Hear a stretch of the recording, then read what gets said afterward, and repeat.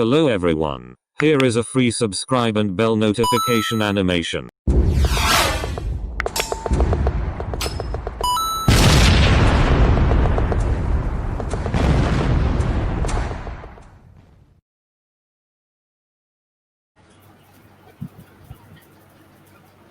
नमस्ते। स्वदेशी आत्मनिर्भर भारत कार्यक्रम में आप सभी का स्वागत है, अभिनंदन है।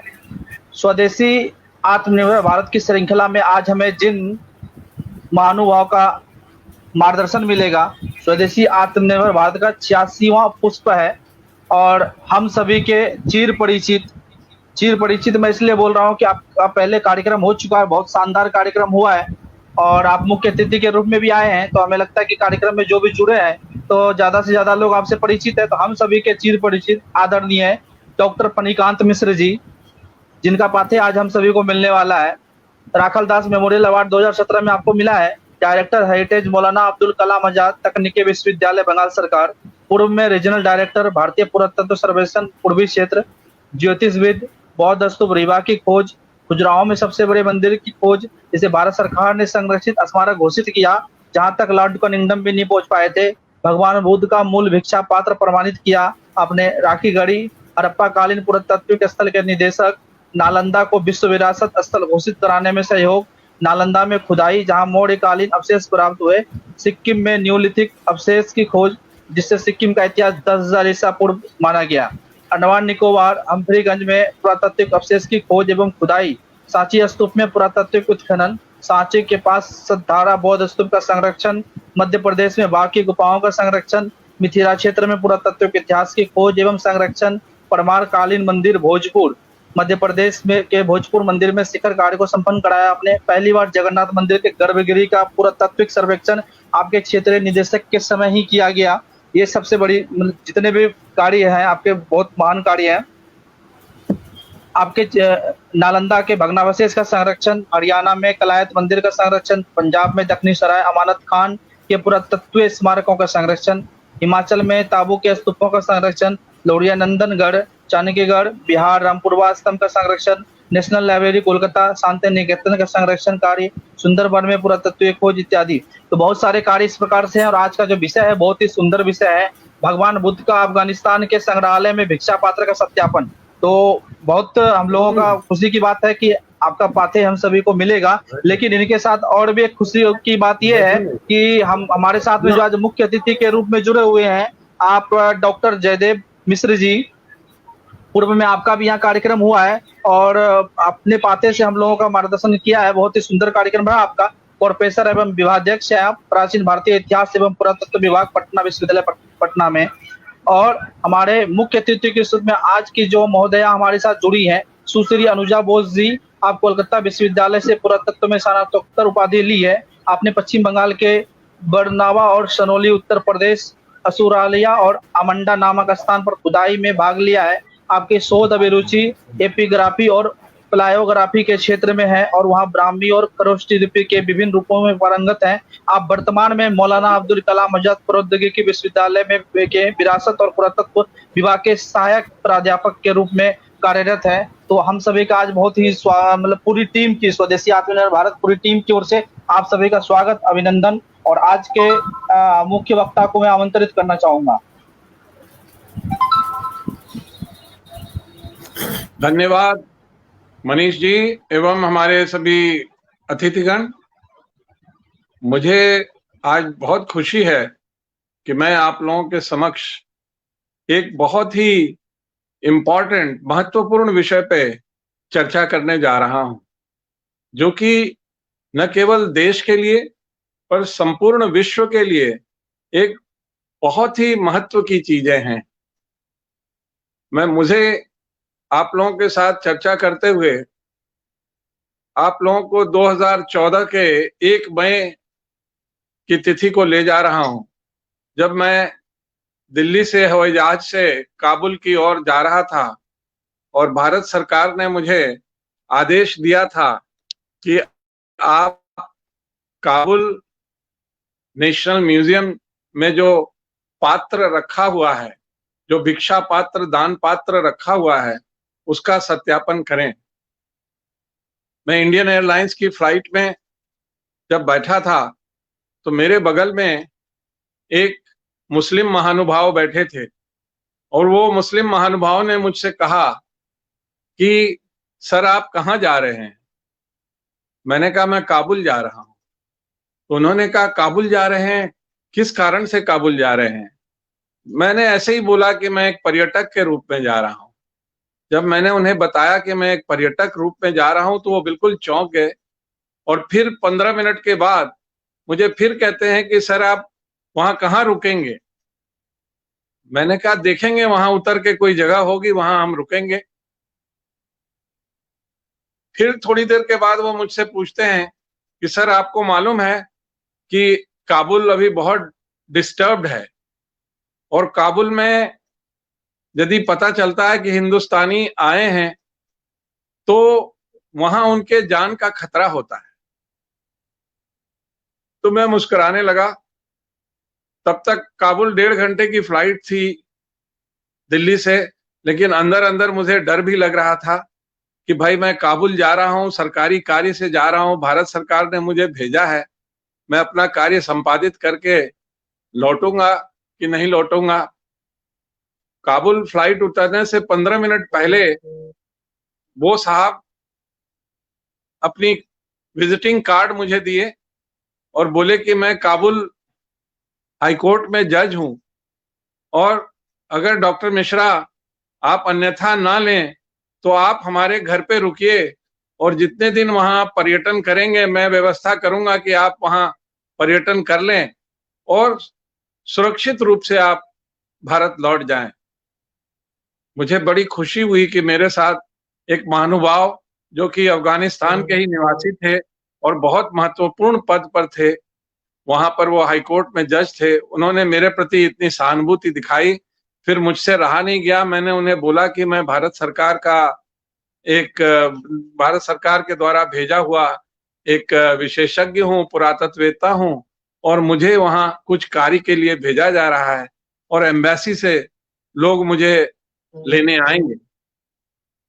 जब मैं नीचे उतरा हवाई अड्डे पे तो वो साहब हमको देख रहे थे कि वास्तव में मुझे कोई लेने आया है कि नहीं आया है।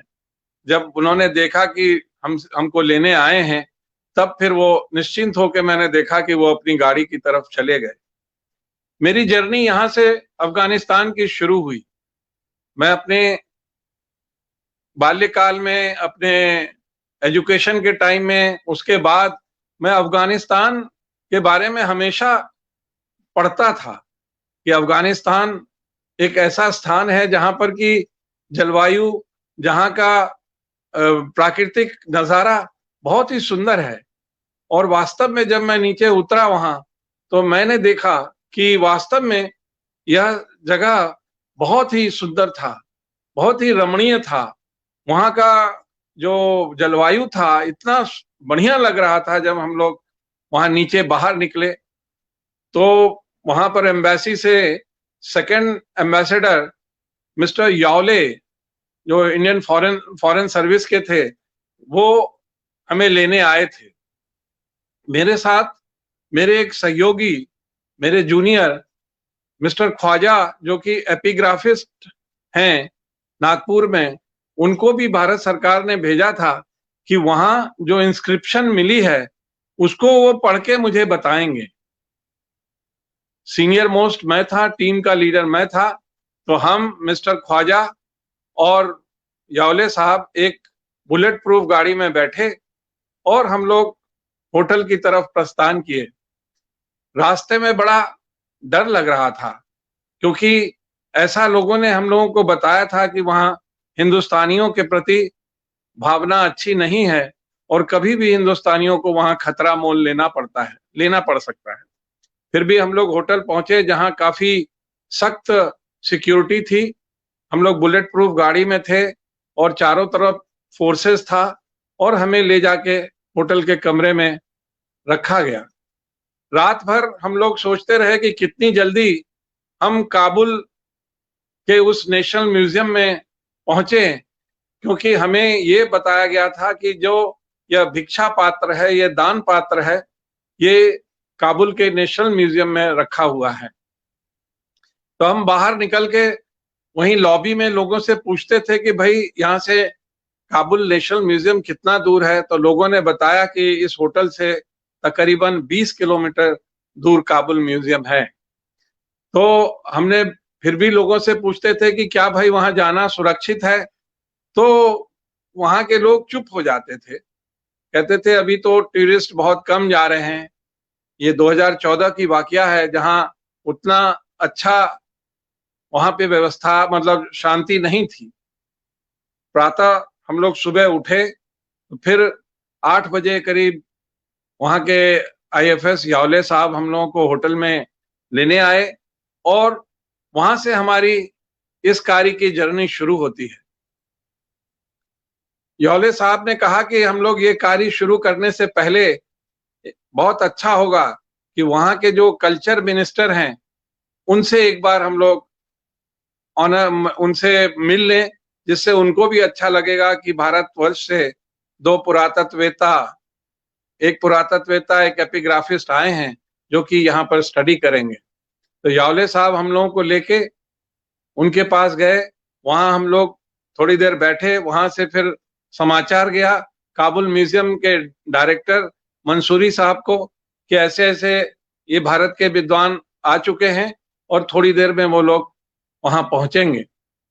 हम लोग काबुल नेशनल म्यूजियम के रास्ते में बड़ी अच्छी आबो हवा, बहुत अच्छे अच्छे मॉस्क जिसमें कि ग्रीन कलर के बहुत सारे इनले वर्क्स किए हुए सुंदर सुंदर मॉस्क, सुंदर सुंदर वहां के मकानों को देखते हुए बड़ा मन को अच्छा लगता हुआ हम लोग आगे बढ़े। और ये 20 किलोमीटर की दूरी जब समाप्त हुई तो सामने हमने देखा कि बहुत बड़ा बोर्ड लगा हुआ है Kabul national museum. Kabul national museum के द्वार से हम लोग एंट्री किए तो फिर पुलिस वालों ने कहा कि अभी एकदम से आप मत उतरिएगा बुलेट प्रूफ से, हम लोग जब आपको बोलेंगे तब आप उतरिएगा। हम लोग 5 मिनट गाड़ी में बैठे, उन लोगों ने सुरक्षा का सारा व्यवस्था कर लिया। तत्पश्चात हम नीचे उतरे तो वहां के जो डायरेक्टर थे मंसूरी मसूद साहब, बहुत ही बढ़िया लंबे चौड़े पख्तूनी टाइप का उनका वेशभूषा, हमें रिसीव करने गेट पे वो मौजूद थे। उनके अधिकारी लोग मौजूद थे, सबसे हमारा परिचय कराया गया, सबके साथ हम लोगों की एक इंट्रोडक्शन हुआ और इंट्रोडक्शन करके फिर हम लोग मसूदी साहब के कमरे में गए और वहां बैठ के हम लोगों ने डिस्कस किया कि ये बुद्धा बॉल के बारे में हम लोग आए हैं, जैसा कि आपको पता ही है। तो वो बोले आइए डॉक्टर मिश्रा, हम आपको उस स्थान पे ले जाते हैं। तो मंसूरी साहब के ऑफिस की तरफ जाने का दूसरा रास्ता था और बुद्धा बॉल की तरफ जाने का दूसरा रास्ता था। तो हम लोग अंदर ही अंदर पहुंचे और वो हमें उसके करीब ले आए। वहां पर हमने एक साइनेज देखा जो कि इस बुद्धा बॉल को दिखा रहा था कि ओरिजिनल भगवान Lord Buddhas ball from India, ये उस पे लिखा हुआ था। तो बड़ी प्रसन्नता हुई ये देख के कि हमारे अफगानी लोगों ने इस बुद्धा बॉल को इस तरह से वहां पे रखा हुआ है, ये बताते हुए कि यह भारत से आया हुआ बुद्धा बॉल है।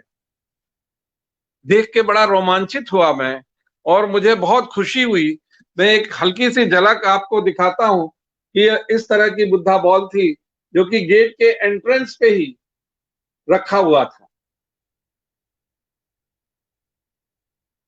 यह बॉल आप लोग देख रहे हैं, इस बॉल को देखने के बाद आपको अंदाज लग जाएगा, जो मैं आगे बताऊंगा इसका डिस्क्रिप्शन क्या है, तो आपको और आनंद आएगा। मैं वहां पहुंच के मैंने प्लान किया कि कैसे इसको हम लोग प्रमाणित करें पुरातत्वीय दृष्टिकोण से कि यह कितना पुराना बॉल है, इसकी क्या इतिहास है। वहां के लोगों से मैंने पहले जिरह किया, उनसे मैंने पूछा कि भाई आप लोग बताइए कि इस बॉल के बारे में आप लोग क्या जानते हैं।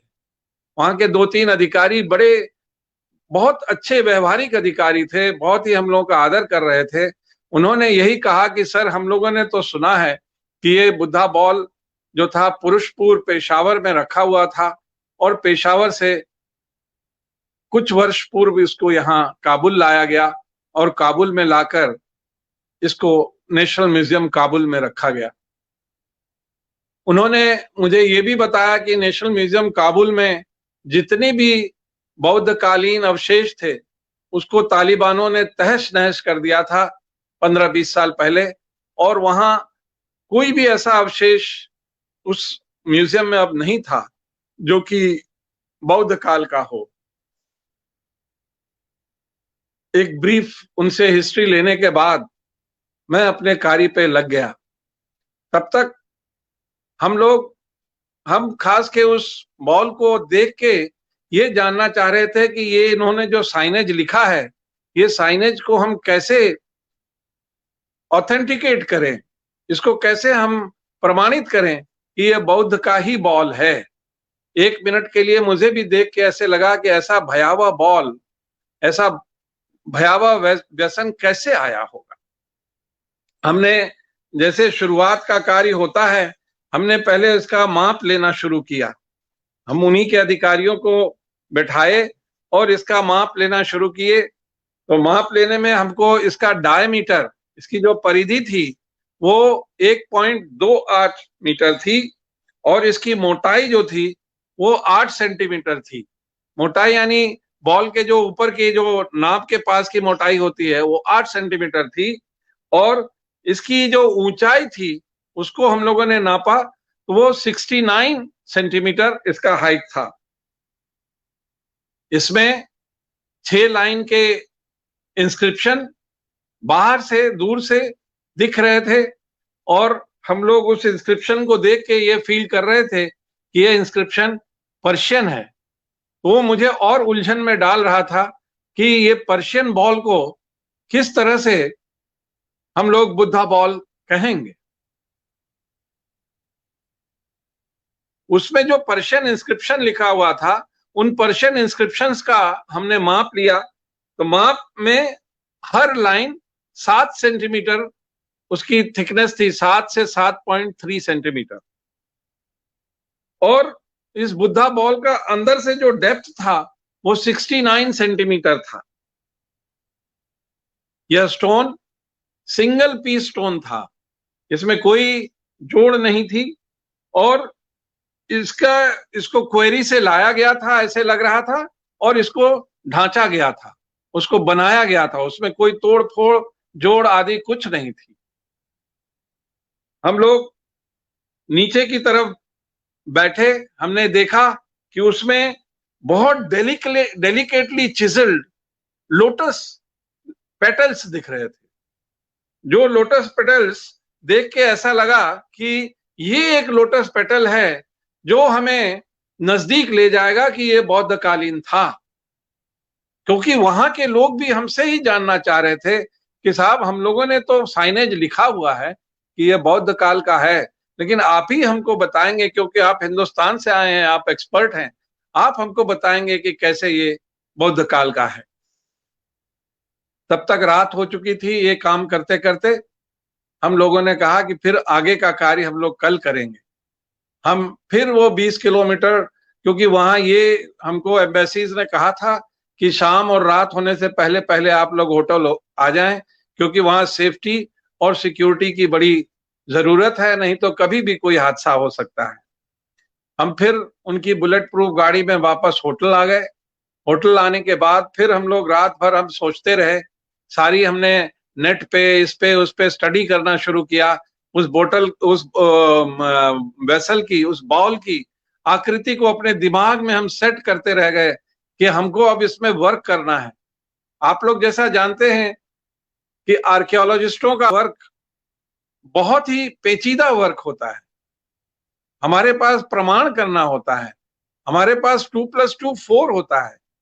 हम इसी तरह किसी चीज को नहीं कह देंगे कि ये गुप्त काल का है, हम इसी तरह किसी को नहीं कह देंगे कि ये बुद्धिस्ट काल का है। हमें उसके एविडेंस और प्रमाण दिखाने पड़ेंगे। हमें पब्लिक को तो कम दिखाना पड़ेगा, हमको हमारे आर्कियोलॉजिस्ट वर्ल्ड में दिखाना पड़ेगा। और आर्कियोलॉजिस्ट वर्ल्ड जो है हमारे हिंदुस्तान की खास के फुल ऑफ क्रिटिसिज्म है। वो हमेशा एनालिटिकल स्टडी करती है कि ये जो चीज है इसमें ये नहीं है, वो नहीं है। तो रात भर मैंने अपने दिमाग में सचाया कि हम इसके हर प्रमाण पर अपना कार्य करेंगे। सुबह हम 7 बजे फिर तैयार हो गए थे। बहुत बढ़िया नाश्ता वहां होटल में मिल रहा था। वो यावले साहब जो वहां के आईएफएस अफसर थे, वो अपने दल बल के साथ ठीक 7 बजे हमारे पास आ गए और उन्होंने भी मुझे कहा कि मिश्रा साहब, हमको रात भर नींद नहीं आया। हमने देखा कि आपने तो इसको पूरे ऐसे आप इसको प्रमाणित करने पे लगे हुए थे और आप पूरा जमा रहे थे दिमाग को कि इसमें क्या क्या बुद्ध काल की कैरेक्टरिस्टिक हैं जिसको हम लोग प्रमाणित करें। और जब आपने लोटस लीफ देखा तो हमने आपका चेहरा देखा कि आप बड़े प्रसन्न दिख रहे थे। मैंने कहा यावले साहब, अभी हम लोग it is too early to say anything, हमें आज भी देखने दीजिए। आज या 1-2 दिन और लगेगा तो हम किसी निष्कर्ष पे पहुंचेंगे और हम इसको फिर आगे हम अपना रिपोर्ट तैयार करेंगे। हम लोग फिर कहीं नहीं गए, नाश्ता वास्ता करके सीधे हम नेशनल म्यूजियम आ गए। काबुल नेशनल म्यूजियम में फिर हम लोग लाइट लगा के सब कुछ वहां देखना शुरू किया हमने। मिस्टर ख्वाजा जो हमारे साथ थे एपिग्राफिस्ट, उनको मैंने कहा कि अब आप स्टैम्पेज लेने का कार्य कीजिए। ये जो पर्शियन स्क्रिप्ट है इसमें स्टैम्पेज लीजिए, जिसको अगर आप पढ़ सके तो पढ़िए, नहीं तो हम लोग हिंदुस्तान जाके इसको पढ़ेंगे। ख्वाजा साहब अपने काम में जुट गए। मैं जब उस पूरे वेसल को देख रहा था तो मुझे 5वें लाइन में और 6ठे लाइन में मुझे ब्राह्मी लिपि दिख गई। ब्राह्मी लिपि दिख गई तो मैं तो कूद गया, मैं उछल गया।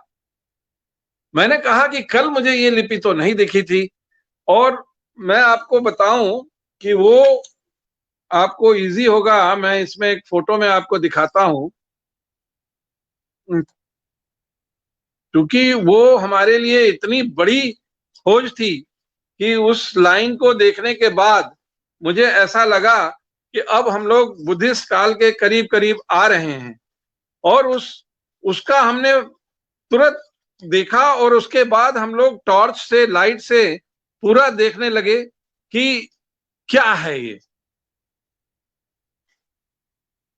ये देखिए, अगर आप लोग को दिख रहा हो तो ये मैं उंगली दिखा रहा हूं। ये उंगली जो है ये उसके लाइन को दिखा रहा हूं। बुद्धा के जो आप देख रहे होंगे थोड़ा छोटा सा है, ये प्लेन दिख रहा होगा आपको। और ऊपर जो है, ऊपर वाली वेसल में पर्शियन इंस्क्रिप्शन पूरा दिख रहा है। और नीचे जो पेटल्स के ऊपर मैं उंगली दिखा रहा हूं, ये प्लेन है और यही ब्राह्मी लिपि यहां हमें दिख रही है। इस ब्राह्मी लिपि को उन लोगों ने टच नहीं कर सके। वो उन्हें मालूम था कि कोई 2014 में हमारे जैसा बिरला पुरातत्ववेत्ता आएगा और हमें कुछ प्रमाण उन्होंने बिना समझे सुझे छोड़ दिया था। वो ब्राह्मी लिपि मेरे लिए बिल्कुल एक तरह से ऐसे खोज मिली कि फिर मैंने पूरी लाइट से पूरे वेसल को करीब 3 घंटे 4 घंटे देखता रहा और मुझे पूरा प्रमाण मिला कि ये ब्राह्मी लिपि 6 लाइन में थी। और इस लिपि के ऊपर ओवरलैपिंग पर्शियन में किया गया था। और वो पर्शियन कैलीग्राफ जो है वो बहुत अर्ली नहीं था, ये 18वीं शताब्दी का था।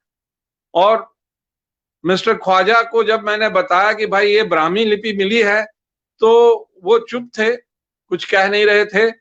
लेकिन मैं अपने कार्य में जुट गया। मैं जब हिंदुस्तान से गया था तो मैं पूरी लिटरेचर से मैं जुड़ के गया था कि इस वेसल के बारे में हिंदुस्तान में क्या कहा गया है। हिंदुस्तान में किताबों को मैंने रिफर किया तो हमें सबसे पहले पता लगा कि ये बुद्धा का जो बॉल था, जो बुद्धा का भिक्षा पात्र या दान पात्र था, ये भगवान बुद्ध को किसी बहुत ही बड़े व्यापारी ने दिया था।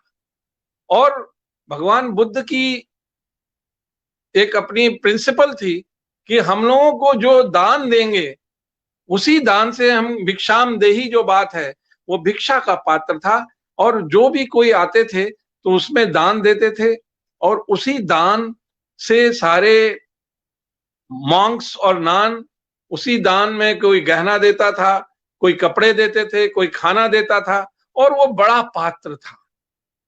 तो इसका वर्णन बहुत अच्छी तरह हम लोगों को मिला है। भगवान बुद्ध जब वैशाली में थे तो जातक कथाओं में ये बहुत अच्छा वर्णन किया हुआ है कि भगवान बुद्ध को इसी पात्र में कुछ ऐसा एक जीव का मांस खाना पड़ा जिससे उनको आधा मांस खाते खाते ही तबीयत खराब हो गई। ही बिकेम अनवेल, और खराब हो गई तो उन्होंने अपने अनुयायियों को बुलाया और कहा कि ये मांस अब उस वैसल में मत डालो और इसको जमीन के नीचे दफन कर दो, नहीं तो कोई बीमार पड़ जाएंगे। ये वैशाली का वाकया है, ये जातक कथा में लिखा हुआ है। और भगवान बुद्ध एक तरह से वहीं बीमार पड़ गए। आप लोग जैसा जानते हैं कि उनका परिनिर्वाण कुशीनगर में था और उनको वहां से कुशीनगर जाना था। तो बताते हैं कि केसरिया पहुंचते पहुंचते वो लगभग हाफ डेड हो चुके थे, बहुत ही बीमार हो चुके थे। और केसरिया से जब कुशीनगर गए हैं तो बहुत ही सांस उनकी चल रही होगी, लेकिन वहां जाते जाते वो समाप्त हो चुके थे। जब वैशाली वो छोड़ने लगे हैं तो उन्होंने सारे मॉन्क्स और नॉन जब उनको विदा करने आए हैं, नन और मॉन्क्स, तो वो कहते हैं कि ये पात्र हम तुम लोगों के लिए छोड़ जा रहे हैं, इसी में तुम लोग का जीवन चलेगा, इसी में जो दान जो भिक्षा मिलेगा इसी से तुम लोग इस धर्म को संचालित करके रखना, और वैशाली जैसी जगह पे जहां मैंने 12 साल काटा है, यहां तुम लोग अच्छे से इस धर्म का पालन करना। यहां तक मैंने इस रिपोर्ट को पढ़ा था। उसके बाद मुझे और रेफरेंसेस मिले। ब्यानसांग अपनी रिपोर्ट में लिखता है, उसने जो देखा, ब्यानसांग कहता है कि हमको उसका ब्यानसांग का कहना है कि उसने कहा कि 4 ऐसे बॉल थे, एक नहीं 4 बॉल थे, और एक समय में वो चारों बॉल एक के ऊपर एक, एक के ऊपर एक, चारों के ऊपर, जैसे हम लोग बगुना होता है ना, बगुना को कभी धोने के बाद हम लोग एक में एक एक रख देते हैं, वैसा ही रखा गया था। और जब उसको निकाला गया है तो जो नीचे वाली बॉल थी उसका कान, मतलब उसका जो नॉब था आगे का, वो थोड़ा भंगित हो चुका था। मैंने इस बात को पकड़ा और मैं अपने इस काबुल वाले बॉल को फिर खोज करने लगा। तो मुझे लगा कि इसके ऊपर का पार्ट जो है नॉब, जो जिसको ऊपर नॉब कहते हैं, वो कहीं कहीं भंगित था, कहीं कहीं टूटा हुआ था। तो मुझे एक दूसरा प्रमाण मिल गया। एक हमको मिल गया ब्राह्मी लिपि, एक हमको प्रमाण मिल गया नॉब टूटा हुआ था। ब्यानसांग अपने रेफरेंस में ये भी लिखता है कि ये बॉल में शाइनिंग था, इस बॉल में ब्लैकिश शाइनिंग था और ग्रीनिश और ब्लैकिश शाइनिंग था। ये भी मेरे लिए बहुत बड़ा प्रमाण था। मैंने इस बॉल को गौर किया, मैंने 30, 40, 50 फोटोग्राफ्स लिए और उसको मैं अपने कैमरा में देखता था, तो इसमें ग्रीनिश और ब्लैकिश हमको एविडेंसेस मिलते थे।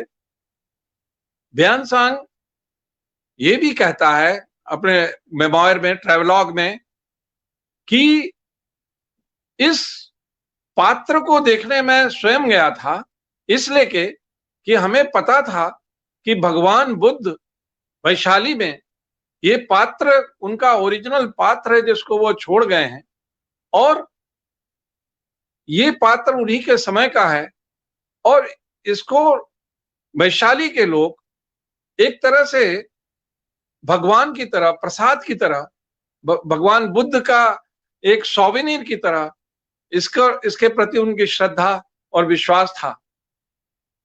तो वो उस स्थान पर गए हैं और उन्होंने इसको देखा है, कि वही स्थान था, और इनको तब पता चला कि ये जो बॉल था इसको यहां से ले जाया गया है, यहां से हटाया गया है। और इसको जब थर्ड काउंसिल कनिष्क ने करने का सोचा तो कनिष्क यहां पर आए हैं और उन्होंने इस बड़े से बॉल भिक्षा पात्र को पुरुषपुर ले जाने का प्लान किया। उसने ये सब अपने ट्रैवलॉग में मेंशन किया हुआ है बड़े क्लियरली। इसके बाद हमें एक प्रमाण फाहियान का मिलता है। फाहियान बताता है कि 400 एडी में ये पात्र उसने देखा है, और ये पात्र थर्ड बुद्धिस्ट काउंसिल जो हो रही थी उसमें इसको यहां रखा गया था। और ये सबसे इंपॉर्टेंट एविडेंस था भगवान बुद्ध का, जिसको कि उस काउंसिल में इसको बड़े रिस्पेक्ट के साथ सब लोगों ने देखा और उसको प्रणाम करते थे। उसकी चारों तरफ लोग घूमते थे और उसका प्रदक्षिणा करते थे और यह कहते थे कि यह भगवान बुद्ध का ओरिजिनल पात्र है। इसके बाद हमें सबसे बड़ा एविडेंस मिलता है 1880-81 में अलेक्जेंडर कनिंघम के रिपोर्ट से। अलेक्जेंडर कनिंघम ने इसके बारे में बहुत अच्छा विस्तृत वर्णन किया है। यह सब मैं आपको लिटरेरी सोर्सेज अभी बता रहा हूं।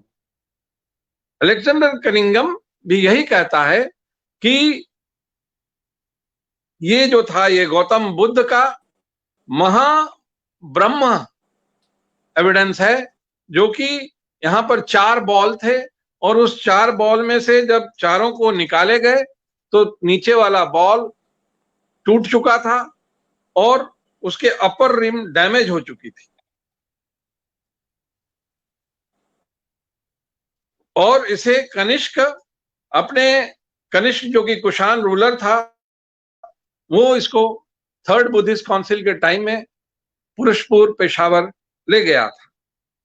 इसकी ये जो वर्णन थी बहुत अच्छी वर्णन थी कनिंघम की, और कनिंघम ने इसको बड़े प्रेम से मतलब वो जो वैशाली जाता है तो वो लिखते हैं कि मुझे वैशाली आने की इच्छा इसीलिए थी कि मैं यहाँ देखना चाहता था कि भगवान बुद्ध की ओरिजिनल बॉल यहाँ से कैसे गई।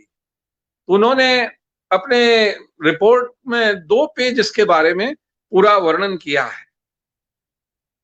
जैसा कि मैंने बताया कि वैनसांग के ट्रैवल लोग में भी इस बॉल का वर्णन आया है और इसको वैनसांग ने भी रिफर किया है कि ये मेमोरियल बुद्ध का था। ये बॉल जो कि लिच्छवीज लोगों के लिए ये बहुत बड़ी संपत्ति थी, और इसको कनिष्क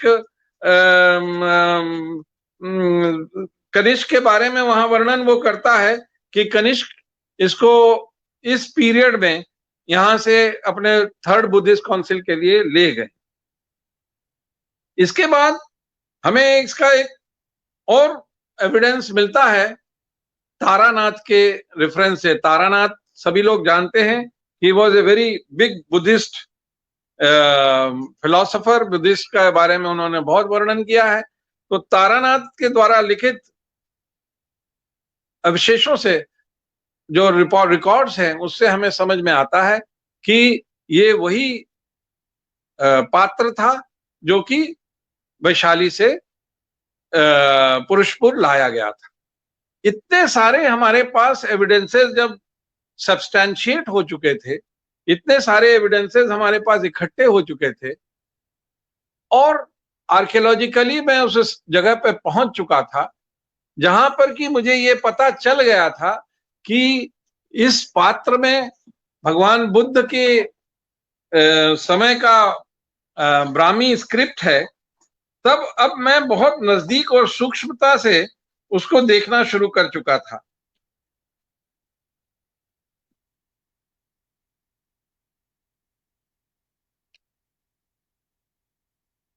सबसे मजे की बात हमको ये लगी वहां कि इसमें एक और एविडेंस जो मैं और इसको बता देना चाहता हूं, तब मैं अपना आगना जाऊंगा कि हम लोगों को केव नंबर 17 अजंता में भी इसी तरह का एक हमें रिलीफ मिला है स्टोन में कि जहां ये पात्र दिखाया गया है और उस पात्र को कैरी करने वाले लोग अपने सोल्जर पे रख के ले जा रहे हैं, उसे भी दिखाया गया। तो ये भी हमारा एक लिटरेरी और आर्कियोलॉजिकल एविडेंसेस से मेल खा रहा था। भगवान बुद्ध ने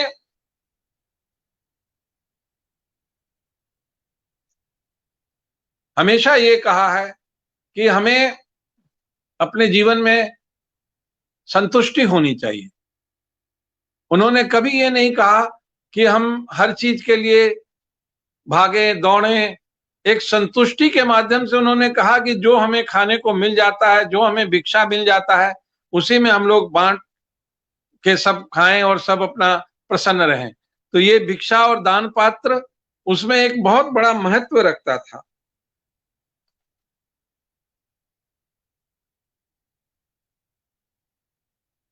अब मैं आता हूं कि इसकी प्रोबेबिलिटी कैसे कहा जाए कि ये वहीं से वैशाली से लाया गया था। कोई ये भी कह सकते थे कि ये यहीं बना था अफगानिस्तान में और यहीं का ये स्टोन था। मैंने अफगानिस्तान में अपने इस कार्य के दौरान काफी घूमा, जबकि वहां सिक्योरिटी का बहुत ही खतरा था, फिर भी मैंने घूमा और इस स्टोन के बारे में मैंने जिज्ञासा की। वहां के जियोलॉजिस्टों से मिला, वहां के मैं स्टोन के जो एक्सपर्ट्स थे उनसे मिला, तो सब ने मुझे एक ही बात कहा कि ये सैंड स्टोन अफगानिस्तान में कहीं उपलब्ध नहीं है।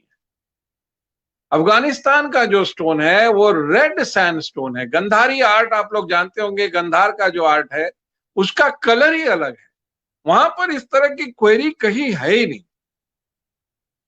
मैंने इस प्रमाण को भी इकट्ठा किया और उसके बाद मैं फाहियान के रिपोर्ट को अपने साथ ले गया था। फाहियान के रिपोर्ट से मैं मैच करना शुरू किया, जहां वो रेफरेंस में लिखता है कि यहाँ ये बहुत चमकीला बॉल था, इसमें चमक थी, ब्लैकिश और ग्रीनिश चमक थी। मुझे उसके रिपोर्ट से हूबहू लगा कि जैसे फाहियान इसको देख रहा है और उसने लिखा है। ये स्टोन भी चमक थी, पॉलिश था, अंदर की तरफ पॉलिश नहीं था लेकिन बाहर की तरफ पॉलिश था और ब्लैकिश और ग्रीनिश था।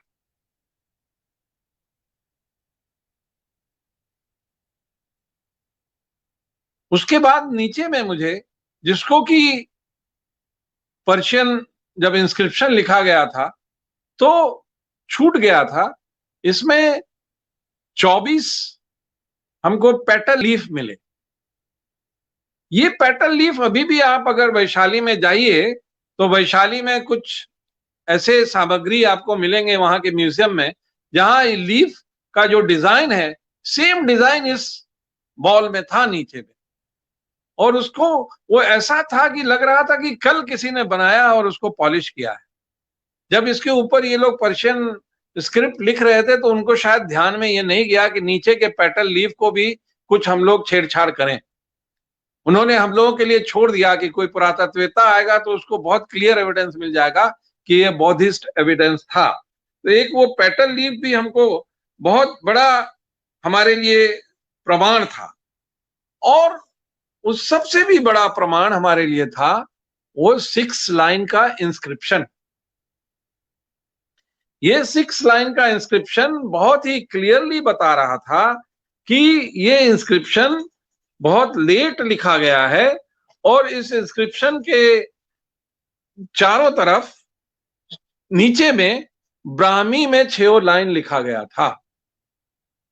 हम लोग जब उसको चारों तरफ घूम के हम देख रहे थे तो हमें क्लियर कट पता चल रहा था कि ब्राह्मी इंस्क्रिप्शन के ऊपर ये ओवरलैपिंग है। इतने प्रमाण हमारे लिए काफी थे। इससे ज्यादा प्रमाण कोई भी आर्कियोलॉजिस्ट वहां पर नहीं ला सकता है,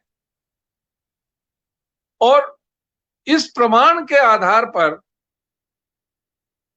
मैं इनको सारे साक्ष्य को जुटाकर मैं हिंदुस्तान लौटा। लौटने के बाद अखबार में काफी ये न्यूज आ गया कि डॉक्टर फणिकांत मिश्र का जो रिपोर्ट है उसमें उन्होंने इसको वही बुद्धा का ओरिजिनल बॉल कहा है और ये बुद्धा का ओरिजिनल बॉल है। मैं बॉम्बे में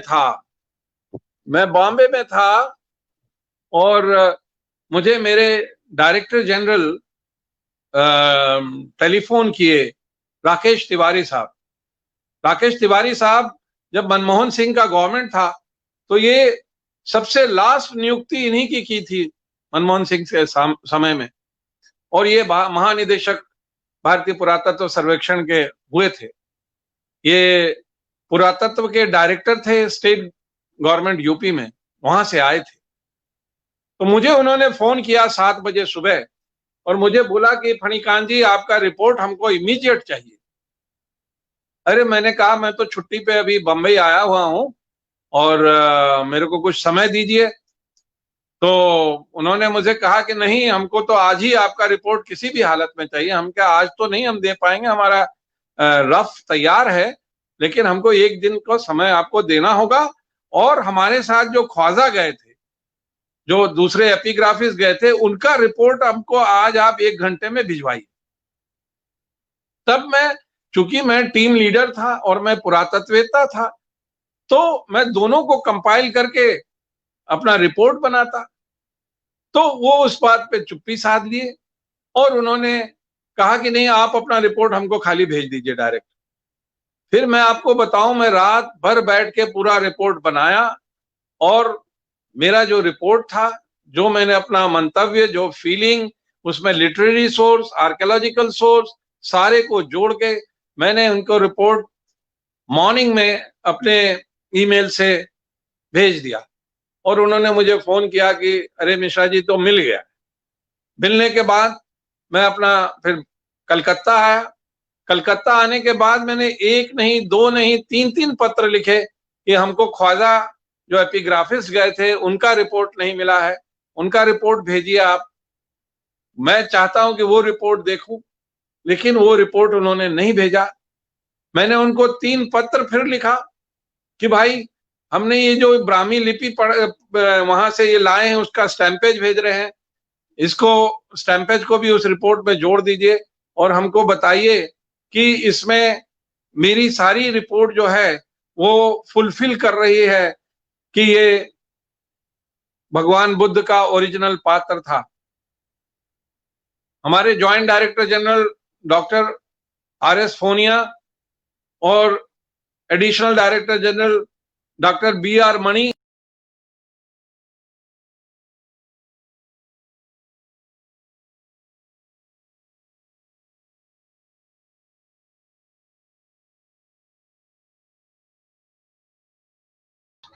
मुझे लग रहा है आदरणीय फणिकांत मिश्र जी नेटवर्क समस्या के कारण डिस्कनेक्ट हो गए हैं, तो दोबारा जुड़ने की कोशिश करेंगे। और हमारे साथ जो मुख्य अतिथि के रूप में आज जयदेव मिश्र जी हैं, मैं अभी डॉक्टर जयदेव मिश्र जी को आ गए, फणिकांत मिश्र जी आ गए हम सभी के बीच में। डॉक्टर BR मणि और उस पुनः आपका स्वागत है।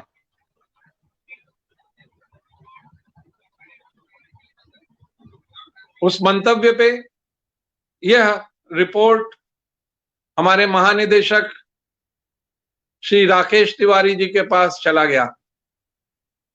2014 का वाकया था। कोई भी विद्वान जब कोई कार्य करता है तो हमेशा वो आशा लेके बैठा रहता है। उसको निराशा तब होती है जब उसके ऊपर वाले उसकी पीठ को थपथपाते नहीं है। मैं राकलदास बनर्जी पर मैंने 400 पेज की पुस्तक लिखी है और उसमें मैंने यही बताया कि राकलदास बनर्जी मोहनजोदड़ो की खोज किए और उनके खोज को हाईजैक कर लिया गया सर जॉन मार्शल ने और उनके रिपोर्ट को दबा दिया गया। मार्शल साहब को प्रताड़ित किया गया। मार्शल साहब के पीछे राकलदास बनर्जी को प्रताड़ित किया गया। राकलदास बनर्जी के पीछे केस लागू कर दिए गए। उनको कोर्ट जाना पड़ा। उनके ऊपर 379 IPC के अंतर्गत उनको केस भुगतना पड़ा, जहां से उनको फिर रिलीफ मिला तो फिर ब्रिटिश सरकार ने उनको सस्पेंड कर दिया, डिसमिस कर दिया और वो फिर BHU चले गए, वहां वो प्रोफेसर हो गए और उनकी मृत्यु बहुत छोटे एज में हो गई। हमको ध्यान में आया कि ये राकलदास बनर्जी के समय की बात जैसी तो नहीं हो गई है। मेरे पास सब रिकॉर्ड हैं, मैंने कम से कम 15 पत्र डीओ लेटर राकेश तिवारी जी को लिखा, लेकिन मुझे कोई जवाब नहीं आया वहां से। उसके बाद मैं 2016 में मैं वहां से सुपरन्यूएशन हो गया, और सुपरन्यूएशन होने के बाद फिर मैं लगभग भूल चुका था। हमारे साथ नीरज जी आए हुए हैं, शायद नीरज जी आए हैं कि नहीं? आए हुए सर। नीरज जी हैं बैठे हुए। हम नीरज जी, ये सारा जो हमारा प्रवास हुआ था, सारा जो हमारा यात्रा हुआ था, जो भारत सरकार ने हमारा नाम लिखा था, इसके पीछे किसी का ब्रेन नहीं था, नीरज जी और रघुवंश प्रसाद सिंह का ब्रेन था, जो कि चाहते थे कि ये बॉल जो है ये वापस अपनी जगह पे आ जाए। और रघुवंश प्रसाद सिंह जी इतने वरिष्ठ मेंबर ऑफ पार्लियामेंट थे, एक ईमानदार और अच्छे प्रभाव वाले व्यक्ति थे, और नीरज जी उनके साथ एक ईमानदार और अच्छे विद्वान जुड़ गए थे। इन दोनों ने मिलके ये जो मैंने वृत्तांत आपको सारी बताई है, इसके पीछे योजना और ब्रेन इन लोगों का था, और मैं तो खाली अपना पुरातत्वीय रूप दे रहा था। जो मैंने जैसा बताया कि राकेश तिवारी उसको दाब के बैठ गए। जब राकेश तिवारी रिटायर हो रहे थे, मैं आज ये ओपन कर देना चाहता हूं यहाँ कि मैंने उनको रिटायर के दिन फोन किया और मैंने उनको कहा कि आपने न्याय नहीं किया है। बोले क्या बात कर रहे हैं मिश्रा जी? मैंने कहा आप अन्याय करके चले जा रहे हैं।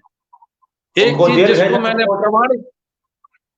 प्रमाणित कर दिया, सिद्ध कर दिया है कि ये भगवान बुद्धा का बॉल है और इसमें अब कोई प्रमाण की आवश्यकता नहीं है, आप इस रिपोर्ट को दाब के चले गए। और उन्होंने मुझे अंत तक ख्वाजा की रिपोर्ट नहीं दिखाई, आज तक भी मैंने नहीं दिखा है, लेकिन मेरे पास ये प्रमाणिक इंफॉर्मेशन है कि ख्वाजा जी ने गलत पर्शियन स्क्रिप्ट पढ़ा है। उन्होंने रियल पढ़ा नहीं है, उन्होंने उसमें कोई ब्राह्मी लिपि को, मैंने उनको 2 बार बोला कि ब्राह्मी लिपि का भी स्टैम्पेज ले लो, उन्होंने ब्राह्मी लिपि का स्टैम्पेज नहीं लिया। मैं इस जगह से आप लोगों को बोलना चाहता हूं कि इस तरह से कैसे प्रमाणित होगा कि एक व्यक्ति चाहेगा कि वो बुद्धिस्ट हम बता रहे हैं प्रमाण के साथ, दूसरा व्यक्ति जो हमारे साथ जिस काम के लिए सरकार ने भेजा है वो उसको प्रमाणित नहीं करना चाह रहा है। और यही कारण रहा कि ये 2014 से आज 2019 तक बंद पड़ा हुआ था। अचानक एक दिन मैं अखबार में देखता हूं कि इस तरह का खबर आ रहा है कि रघुवंश प्रसाद सिंह साहब बीमार हो गए हैं और वो एम्स में भर्ती हैं, और उन्होंने पत्र लिखा है प्रधानमंत्री को और मुख्यमंत्री बिहार को कि भगवान बुद्धा का बॉल अफगानिस्तान से हिंदुस्तान लाया जाए। ओरिजिनली वैशाली का बॉल था और वैशाली में उसे स्थापित किया जाए। तब ये प्रकरण फिर से उजागर हुआ। नीरज जी का मुझे फोन आया, इन्होंने ओरिजिनल लेटर जो उनकी पेन से लिखी हुई थी उसको मुझे फॉरवर्ड किया और उससे फिर ये सूचनाएं शुरू हुई। मैं ये मानता हूं कि इतिहास को कोई दबा नहीं सकता है। जितना मैंने अपने भाषण में प्रमाण दिया है, अगर इससे ज्यादा कोई प्रमाण ला दे और ये प्रमाण जो मैं कह रहा हूं इसमें कहीं भी कोई कमी हो तो जो सजा मुझे भारत सरकार देगी मैं लेने के लिए तैयार हूं। लेकिन ये आज मैं बड़े चौड़े होके, बड़े फुल कॉन्फिडेंस से कह रहा हूं कि ये वही ओरिजिनल बुद्धा पात्र है जो भगवान बुद्ध के साथ ले जाया गया था। और इसमें जिन जिन लोगों ने इसको रोका है, गड़बड़ी की है, मैं भारत सरकार से निवेदन करूंगा कि उनको सेक्शन आईपीसी 182, सेक्शन आईपीसी 504, 506 के अंतर्गत उन पर अवश्य कार्रवाई की जाए कि उन्होंने इस इंपॉर्टेंट चीज को, जो कि हमारे देश की बहुत बड़ी संपत्ति थी, उसको आने से रोका है। मेरा कहना है जी सर, नीरज जी बताइए, आप बताइए। मैंने पूरा भाषण अपना बता दिया।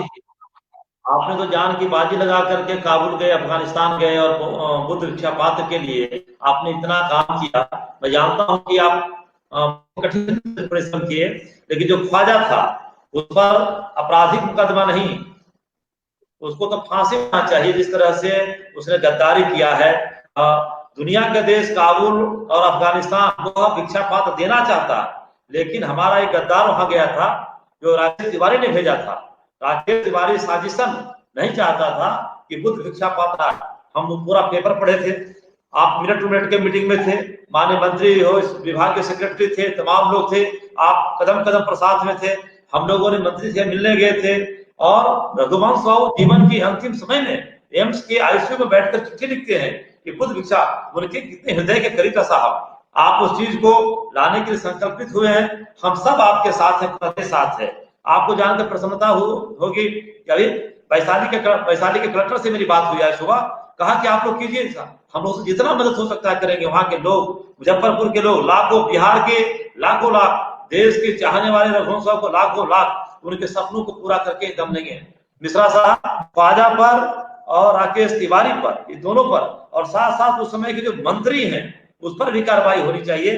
क्यों नहीं पूरा काम किया गया था? राकेश तिवारी की साजिशन, इस काम को रोका गया। जब आप जान रहे हैं कि एक पुरातत्वविद डॉक्टर फणिकांत मिश्रा जी गए हैं और पूरे प्रमाण के साथ साबित किए हैं, और वह देश देना चाहता है, अफगानिस्तान बुद्ध भिक्षा पात्र को देना चाहता है। और यह देश के लोग, हमारे जो गद्दार गए थे ख्वाजा, उसको तो मौत की सजा मिलनी चाहिए साहब।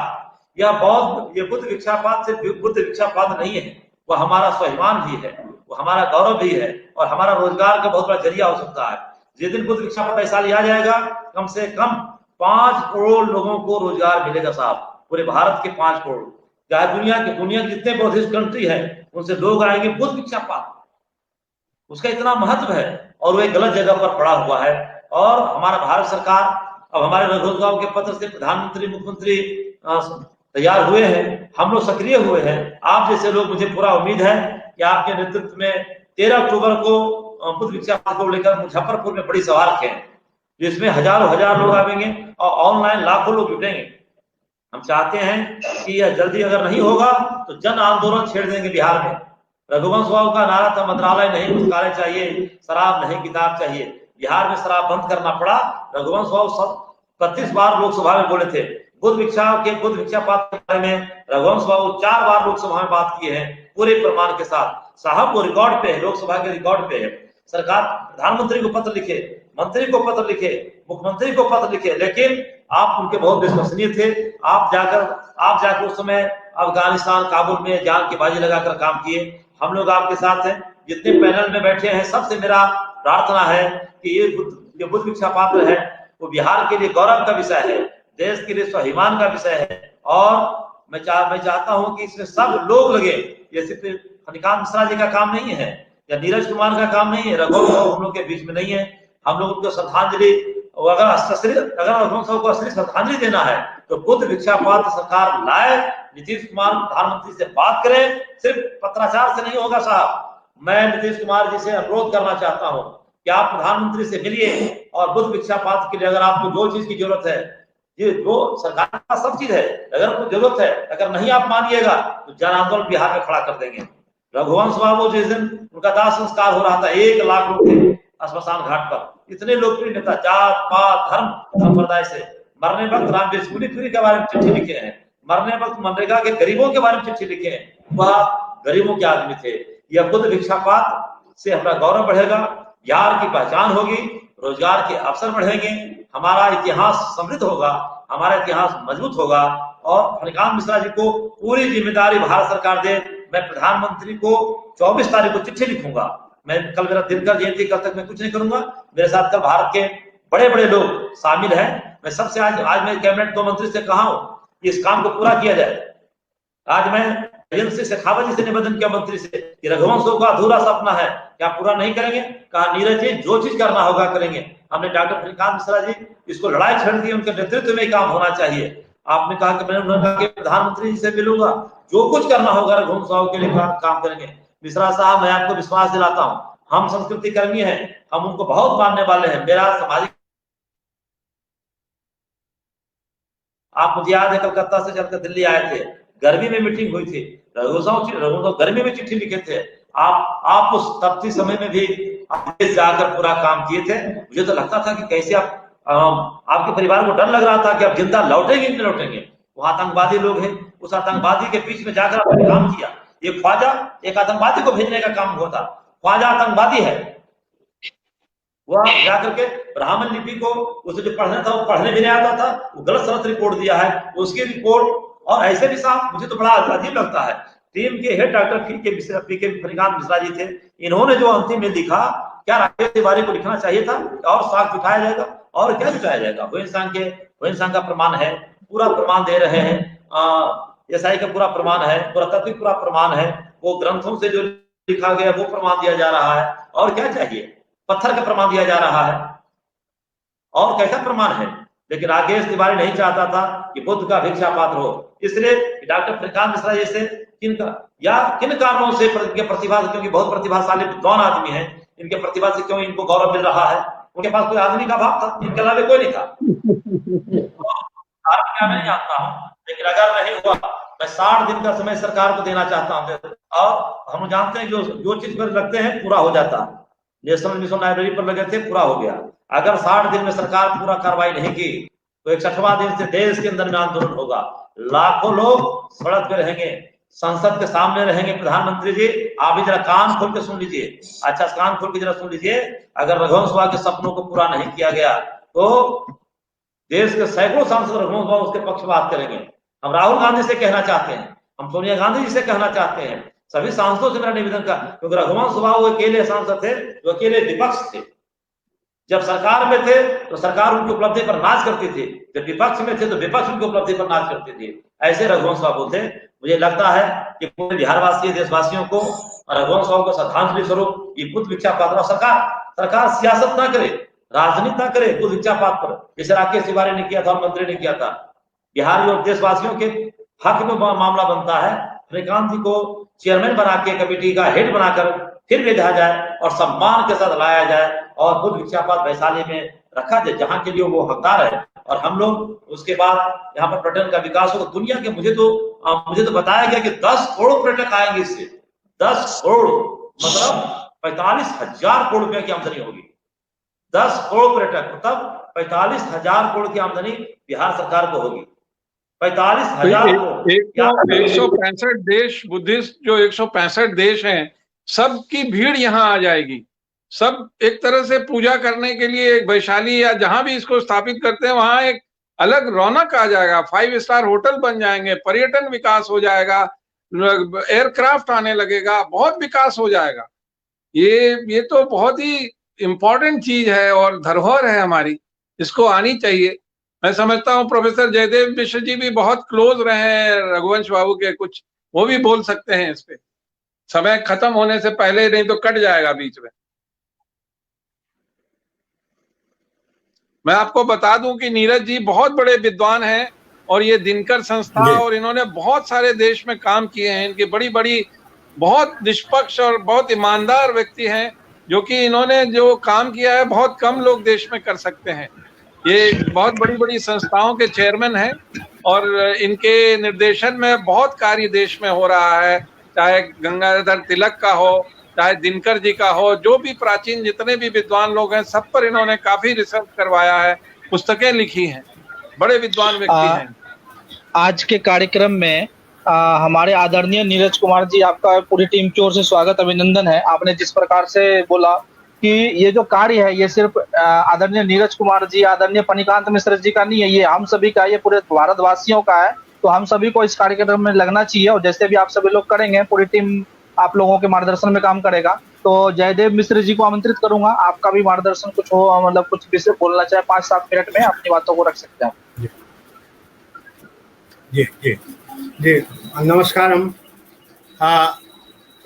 सबसे पहले मैं कह दूं कि आर्कियोलॉजिकल साइंटिस्ट फणिकांत मिश्र जी ने जो स्टडी किया वह बिल्कुल साइंटिफिक है और बुद्ध का पात्र वह है ही, उसे लाने की आवश्यकता है। चाहे जैसे हो, इस पीछे रघुवंश बाबू से मेरा संबंध पिछले 50 वर्षों का रहा है।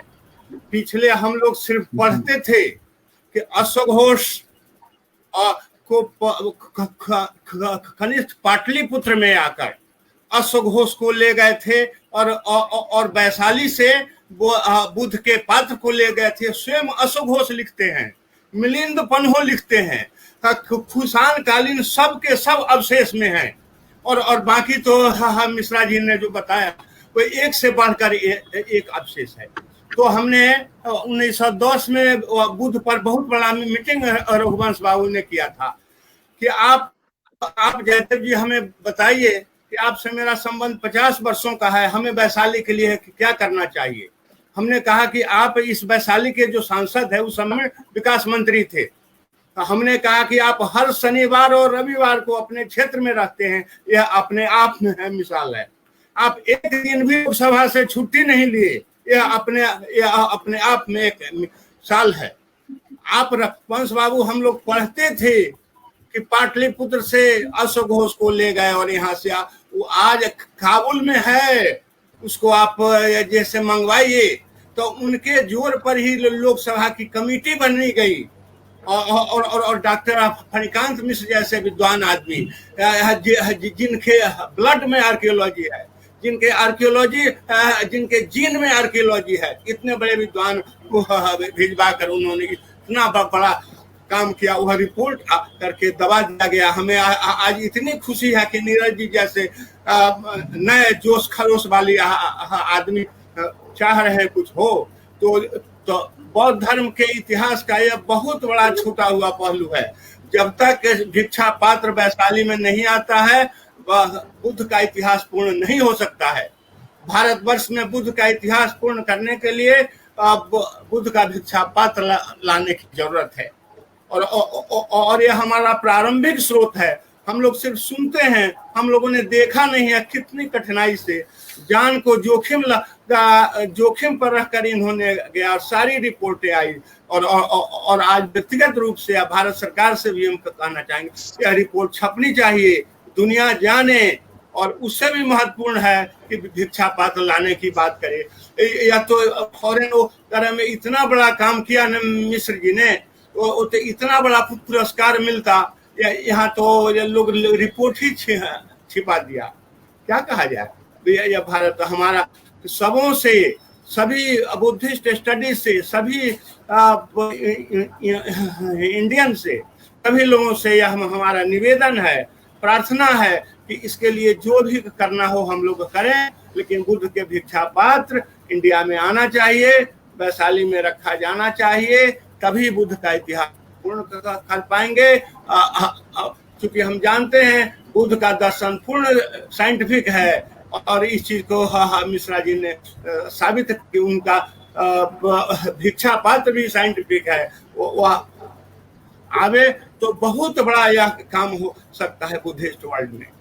इसलिए हमारी प्रार्थनाएं हैं और अनुरोध है कि हम लोग ऐसा प्रयास करें, इससे बहुत अनसुलझी बातें सुलझेगी। मिश्र जी ने तो सारी बातें कर दी, और भी कुछ अनसुलझी बातें हैं उसे भी हम लोग सुलझा सकते हैं। तो पहला कार्रवाई नीरज जी जैसे, हमारे मनीष जी जैसे और लोग हैं, सब कोई भीड़ भाड़ करके इसको हम मंगवावे। मुझे इतना ही कहना है कि जब तक भिक्षा पात्र नहीं आता है तब तक हम लोग निश्चिंत से नहीं बैठे। धन्यवाद जी, बहुत बहुत धन्यवाद जयदेव मिश्र जी, बहुत ही सुंदर कहा। मैं थोड़ा नीरज कुमार जी के बारे में बता देता हूँ। आदरणीय नीरज जी, आप राष्ट्र कवि रामधारी सिंह दिनकर स्मृति न्यास का पूरा कार्य देख रहे हैं और ऐसे सामाजिक कार्यों में बहुत गतिशील रहते हैं आप, और आपके द्वारा बहुत सारे कार्य हो गए हैं और होने वाले हैं।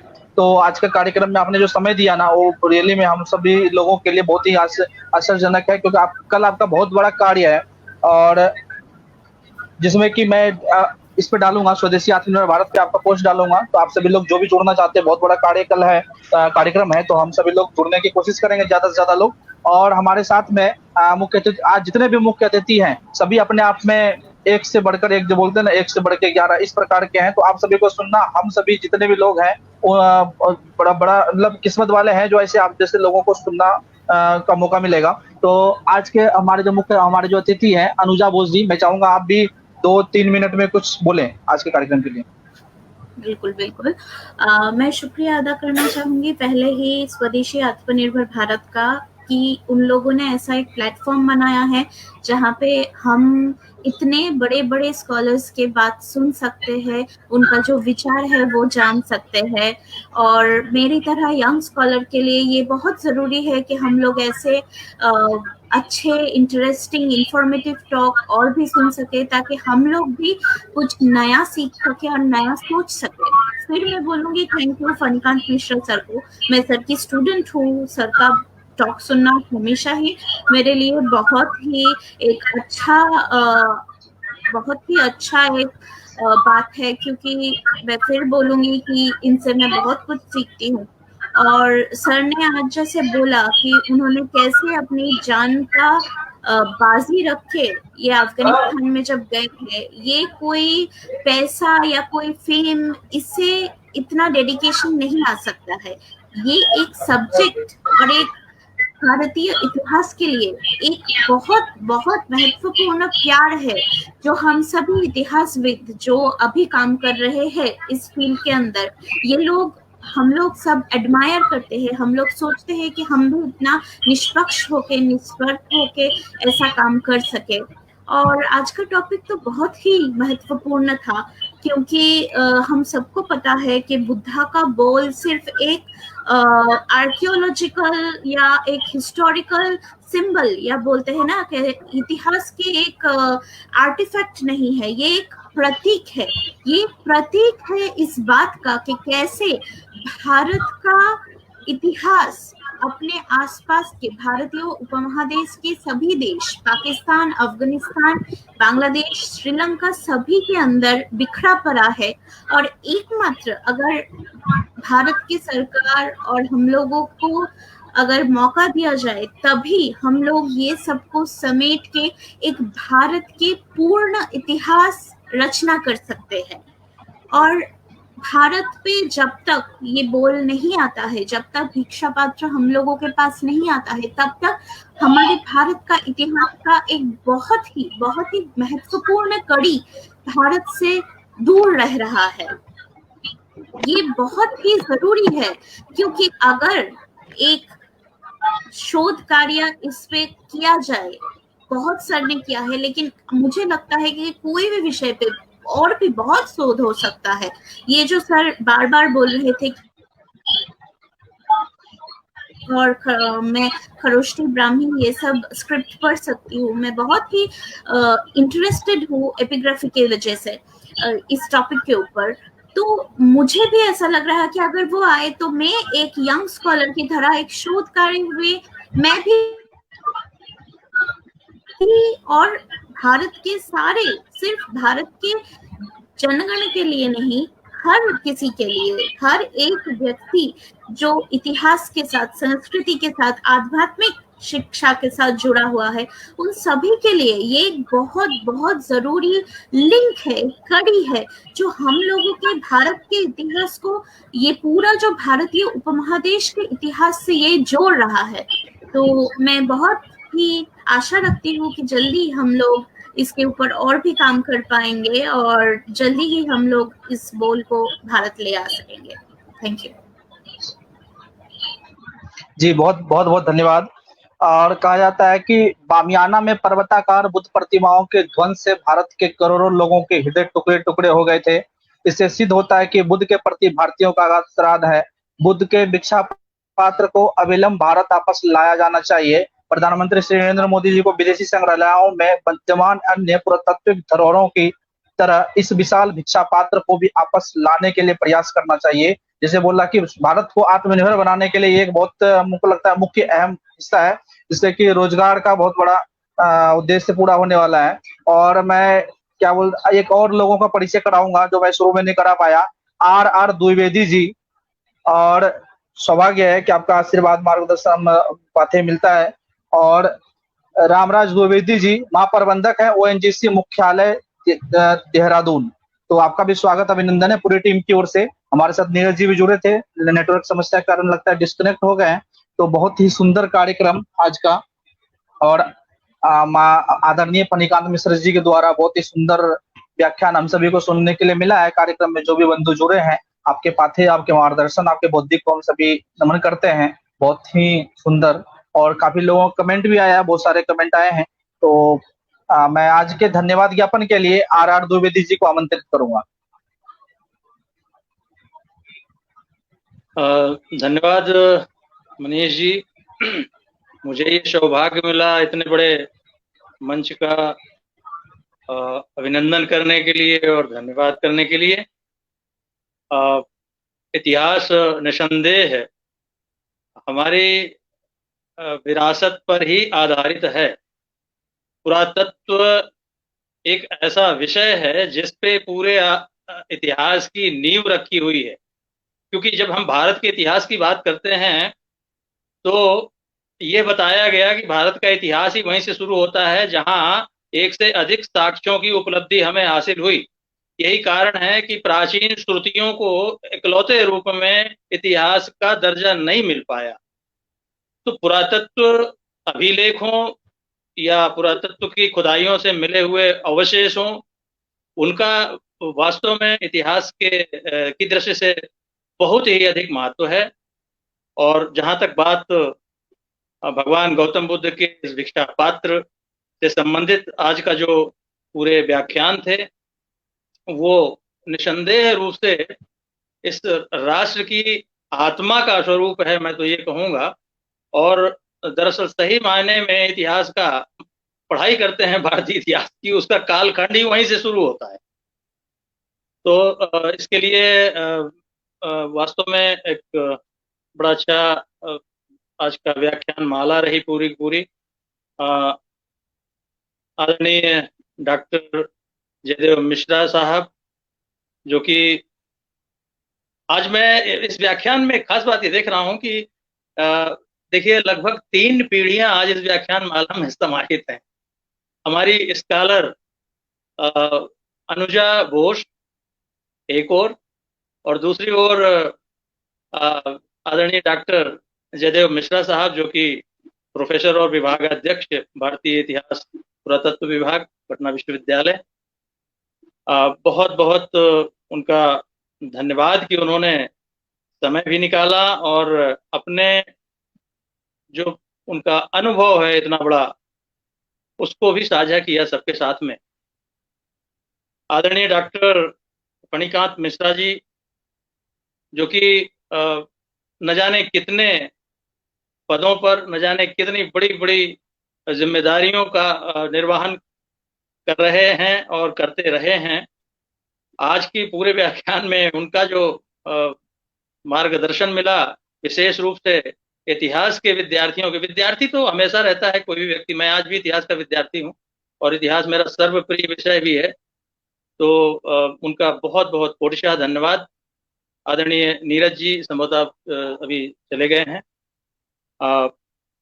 राष्ट्रकवि दिनकर स्मृति न्यास के राष्ट्रीय अध्यक्ष, एक चीज ये आ जा रही थी कि अभी अनुजा जी ने कहा था कि इस संबंध में हमें निष्पक्ष रह करके काम करना चाहिए। बहुत अच्छी बात है, निष्पक्ष ही रहना चाहिए, लेकिन तटस्थ नहीं रहना चाहिए, क्योंकि दिनकर जी ने कहा था कि समर शेष है नहीं पाप का भागी केवल व्याध, और जो तटस्थ हैं समय लिखेगा उनका भी इतिहास। तटस्थता एक इतना बड़ा कारण रही है पूरे इतिहास के मामले में। अगर मैं देखूं तो आज जो ये चुनौतियां सामने आ रही हैं, ये कहीं न कहीं तटस्थता इनके मूल में है। तो एक बार पुनः आप सभी का बहुत बहुत धन्यवाद, हार्दिक धन्यवाद। आप सबने हमें बहुत सारा मार्गदर्शन दिया। नमस्कार। मामले में अगर मैं देखूं तो आज जो ये चुनौतियां सामने आ रही हैं, ये कहीं न कहीं तटस्थता के